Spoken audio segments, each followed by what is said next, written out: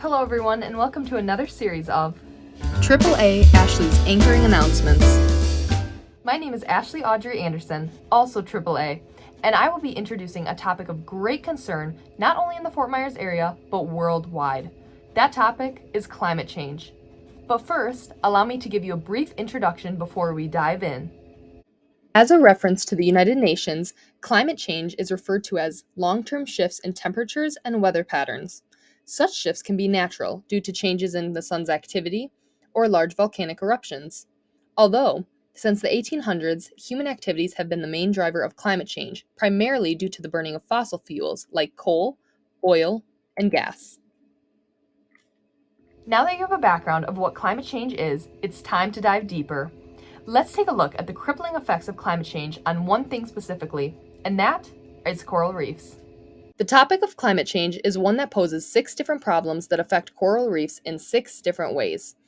As you can see from the image on the screen, provided by the National Oceanic and Atmospheric Administration, the first effect of climate change is a warming of the ocean. Rising water temperatures can cause stress to coral polyps, causing them to lose algae that live in the polyps' tissues. This, in turn, results in coral bleaching. When the algae, which gives coral its color, dies from the warmer water, the coral turns completely white, as you can see in the side-by-side picture. Now, allow me to introduce our first special guest, my mom. Thank you for the applause. My mom, Debbie, actually almost went to school for marine biology. She is going to show you a few examples of coral that were bleached. Hi Ashley, thank you for the introduction. Here's a representation of how bleached coral would look like in the ocean with a fish swimming through it. The coral's not necessarily dead, but the bleaching is a sign of a possible unhealthy reef, which could be under stress, fragile, or just more susceptible to dying. I also brought along a real piece of coral and how it looks after it died. When the ocean's water temperatures rise, it causes the algae to be expelled from the coral's tissues, and thus it dies, leaving a skeleton like this. Or like this. Thank you for that amazing demonstration. The second aspect of climate change that affects coral reefs is a rise in sea level. When sea level rises, this may lead to increases in sedimentation for reefs located near land-based sources of sediment. Sedimentation runoff can lead to a smothering of coral, as shown in these 2 images. You can see on the right side of both images the obliteration of the coral from a rise in sea level.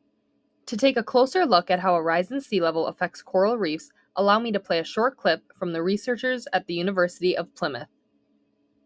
These are coral gravel reef islands, and Plymouth University's worked on gravel barriers in the UK, but they're both made out of gravel, and they have the same behaviour that they display when they're subjected to large waves or large sea levels, and that is to build up the crest height in adjustment to the rising sea and water levels. So we're reproducing the behaviour of gravel that we've observed in the UK on our beaches, and we're trying to see that same behaviour on coral reef islands that are also. These researchers were able to conduct a man-made experiment to simulate how a rise in sea level from climate change stirs up sediment, ultimately harming coral reefs. The next problem that climate change poses on coral reefs are changes in storm patterns. Changes in storm patterns can lead to stronger and more frequent storms that, in turn, cause the destruction of coral reefs. Some of the most common storms that affect coral reefs are storm surges, hurricanes, and tsunamis. One example of a coral reef affected by storm patterns is Buck Island. Buck Island, which is located in the U.S. Virgin Islands, was tremendously affected by Hurricane Hugo in 1989. As you can see from the before and after, Hurricane Hugo almost entirely wiped out all of the vibrant corals and species that used to inhabit the reef. The fourth effect of climate change that people tend to overlook is changes in precipitation. Changes in precipitation, such as increased runoff of fresh water, sediment, and land-based pollution, contribute to algal blooms and cause murky water conditions that reduce light. As you can now see from the image on your screen, if changes in precipitation persist over years to come, the extension of fresh water offshore will mix with ocean water. This, in turn, will cause murky water from onshore to mix with ocean water, creating even more murkier ocean water. Murky water tends to limit sunlight entering the ocean, which will cause coral to lose light, which they rely on for their energy. Yet another factor that affects the coral reefs we know and love are altered ocean currents. Altered ocean currents lead to changes in connectivity and temperature regimes that contribute to a lack of food for corals and hampers the dispersal of coral larvae. Currently, this is a big problem in Australia in the Great Barrier Reef.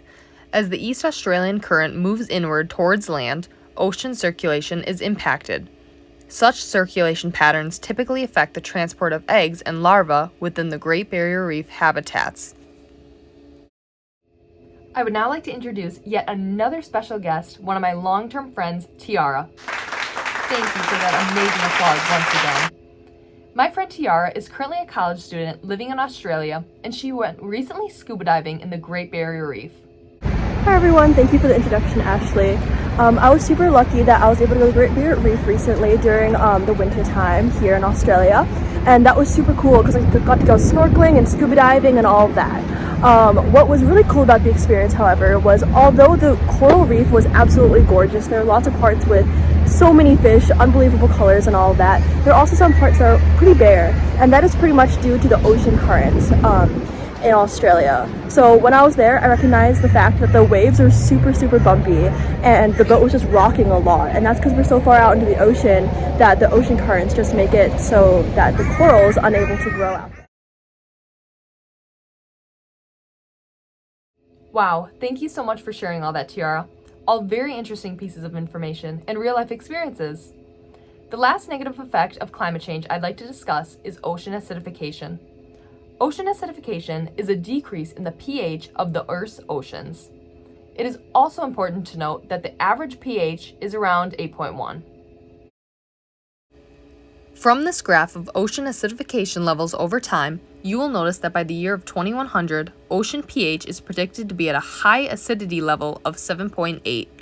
This is most likely predicted due to current human activities such as the burning of fossil fuels and the uptake of carbon dioxide from the atmosphere.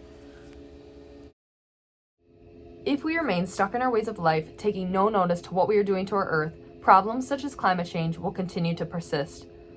As mentioned previously, human activities have been the main driver of climate change. With everything you've heard today, from not only myself, but from the documentary clip, images, graphs, and of course our special guest appearances, it is clear that climate change and its effect on coral reefs is a topic of much concern. However, by taking small steps such as recycling, minimizing fertilizer use, reducing stormwater runoff, and most importantly, spreading the word, our coral reefs will remain for years to come. Thank you for tuning in to Ashley's anchoring announcements. This is AAA, signing out.